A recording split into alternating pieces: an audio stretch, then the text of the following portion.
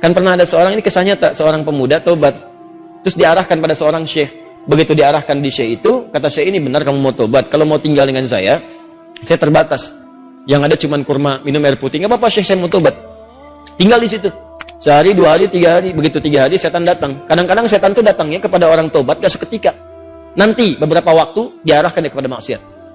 Jadi kisah nyata, setan membisikkan kepada dirinya, guru kamu ini, syekh kamu, ini sabar banget, makan cuma kurma, air putih, kamu sudah mulai kuat, coba berbakti kepada gurumu, carikan makanan. Bagus awalnya. Keluar dia, carikan makanan. Begitu keluar, nyari-nyari nggak dapat, lompat tetangga, bakat malingnya dipakai lagi. Naik bakat pencurinya. Nggak dapat, lewat lagi, begitu rumah kedua, belum manjat, sudah mencium bau enak, bau makanan. Manjat dia ke atas tembok, begitu manjat, lihat ada tungku, ya. Di situnya di atasnya kemudian ada satu panci, ya. Kemudian dia ke situ, begitu dibuka, Allahu Akbar, 3 terong, enak banget kayaknya, baunya, yang sudah matang. Ya, dibisikkan ke telinganya, coba dulu aja, kalau enak, ambil. Berikan kepada gurumu. Syekhmu kan orang terkenal di sini. Kalau cuma ngambil dikasih tahu buat gurumu, pasti orang paham. Baik, nah begitu proposalnya tuh. Akhirnya dia coba dikunyah. Begitu dikunyah kemudian, nah karena dia sudah tobat, itu ada petunjuk di hatinya. Jadi kalau orang sudah bersih itu kemudian berbuat maksiat, nanti ada yang namanya burhan mirabbi. Ya, petunjuk Allah, seperti Nabi Yusuf menerima burhan, ini salah. Ya, cahaya kebaikan yang diberikan oleh Allah kepada seseorang yang tergerak berbuat maksiat. Di hatinya mengatakan, jangan lakukan, itu salah. Nah dia begitu, jangan lakukan, itu keliru, itu salah. Begitu mendengar suara tadi, dia muntahkan. Ini kisahnya tadi, muntahkan seketika. Dan dia lari. Dan dia ingin ceritakan kepada gurunya bahwa dia telah berbuat salah. Dia pengen dituntun, salah saya pengen tobat. Balik lagi. Begitu balik lagi ke tempat gurunya, qadar Allah, begitu pulang ke masjid gurunya, ternyata gurunya sedang berhadapan dengan seorang perempuan. Di luarnya ada bapaknya nunggu, seorang laki-laki tua. Begitu sedang berhadapan, lihat anak muda tadi, dipanggil, ya bunaya ta'ala, anak sini, sini. Ya, begitu datang, diceritakan sama gurunya, ini ada seorang perempuan datang pada saya, dia baru ditinggal wafat oleh suaminya, selesai masa iddahnya, dia datang pada saya untuk dicarikan jodoh. Saya tawarkan pada kamu, maukah engkau menjadi jodohnya? Nah, kalau anda dalam situasi seperti itu tuh, wah, udah datang mau tobat, masuk masjid ada durian tuh kan? Wah, perempuannya cantik, tinggal wafat kemudian oleh suaminya, belum ada keturunan dan seterusnya, baru aja menikah, selesai masa iddah, ditawarkan pada anda, mau nggak? Lalu laki-laki ini berkata, guru, saya khawatir tidak bisa memberikan apa yang membutuhkan, saya saja kesini numpang. Apa jawab gurunya? Kamu nggak usah khawatir, dia diwarisi harta yang sangat banyak, dia kesini hanya mencari pria soleh yang ingin jadi suami yang mampu membimbing dia ke surga. Kira-kira kalau ada jawaban seperti itu, apakah anda bersedia atau tidak menolak sama sekali?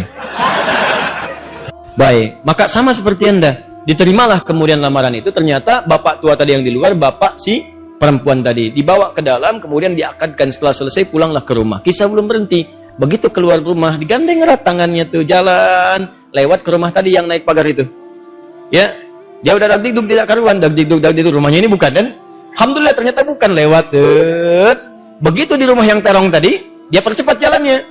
Begitu dipercepat, maka terasalah kemudian ada rem di tangannya dari istrinya tadi. Dipegang tangannya, Zauji, ada apa itu nak? Sayang, ini rumah kita katanya. Rumah terong tadi. Betul. Masuklah ke situ. Aduh, celaka saya katanya kan. Begitu masuk ke situ, bertanya, polos kainanya, Zauji, hal anta ja'i? Sayang, kamu lapar? Jujur dia, nah, saya lapar, saya 3 hari makan cuman kurma, minum air putih gini, ya. Alhamdulillah. Baik, tunggu sebentar. Begitu ke dapur dia lihat, wah, terongnya kan bermasalah tuh. Pancinya kebuka, lihat, rupanya dia menyiapkan terong itu untuk suami barunya. Begitu dilihat terong yang bermasalah, dia teriak, siapa yang makan terong saya katanya? Tahan. Kalau situasi itu terjadi, bagaimana respon Anda? Jangan bilang itu kucing. Lalu tiba kemudian tergeraklah hatinya datang. Perhatikan kalau rumah tangga seperti ini, nikmat kehidupan dunia tuh. Ya, tidak akan terjadi perang per dunia pertama, kedua, ketiga dan seterusnya. Lihat baik-baik. Datanglah suami ini mengatakan dengan jujur, Zauji, sayang, kisahnya begini katanya. Aku ini sebetulnya mencarikan makanan untuk guruku. Lalu setan membisikkan sampai tiba-tiba ke sini aku buka ada terong, aku cicipi. Tapi demi Allah, tidak aku telan, aku muntahkan karena takutku kepada Allah. Sampai aku kembali tadinya mau tobat, sama guru dipanggil suruh nikah sama kamu. Sampai ke sini. Dia jelaskan semua kisahnya. Apa yang terjadi? Kalau ibu mendengar kisah tadi, apakah ibu akan balik lagi kepada guru mengatakan? Kalau ini terjadi pada setiap perempuan, maka damailah kehidupan di rumah tangga dan di bumi. Tenang kehidupan di bumi. Perhatikan kata perempuan ini. Apa yang dia katakan? Bagaimana anugerah Allah diberikan pada pemuda yang tobat ini. Ahli maksiat, tobat, dapat ketenangan, dan apa hasilnya? Perhatikan. Wallahi, demi Allah. Secuil terong yang engkau muntahkan karena Allah itu, maka Allah ganti dengan seluruh terongnya, panci tempat terongnya, rumah tempat terongnya, plus pemilik terongnya.